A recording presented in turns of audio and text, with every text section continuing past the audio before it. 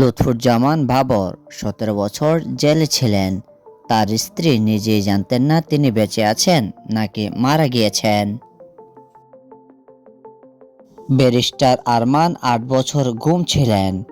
তার স্ত্রীও জানতেন না স্বামী জীবিত আছে নাকি লাশ হয়ে গেছে। এই নারীরা রাষ্ট্রীয় জুলুম সহ্য করেছেন, কিন্তু তারা আত্মহত্যা করেননি। আর আজকে সাদ্দামের স্ত্রী মারা গেলেন, এটা রাষ্ট্রের কারণে নয়, এটা তার নিজের সংসারের ভেতরে ভয়াবহ ভাঙনের ফল।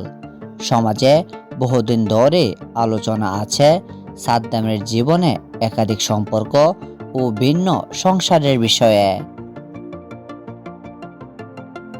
একজন নারী যখন জানতে পারে তার স্বামী আরেকটি জীবন গড়ে তুলেছে, তার মানসিক ভাঙন কতটা ভয়াবহ হয় তা বোঝার জন্য রাজনীতি লাগে না, মানুষ হলে যথেষ্ট। এই মৃত্যুর দায় রাষ্ট্রের নয়, এই মৃত্যুর দায় একজন স্বামীর, যে নিজের স্ত্রীকে নিরাপত্তা, সম্মান ও সত্য দিতে পারেনি।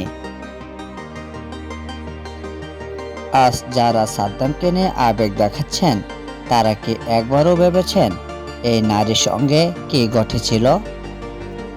সত্য কঠিন, এই মৃত্যু রাজনৈতিক নিপীড়নে নয়, এই মৃত্যু সাদ্দামের দ্বৈত জীবনেরই ফল।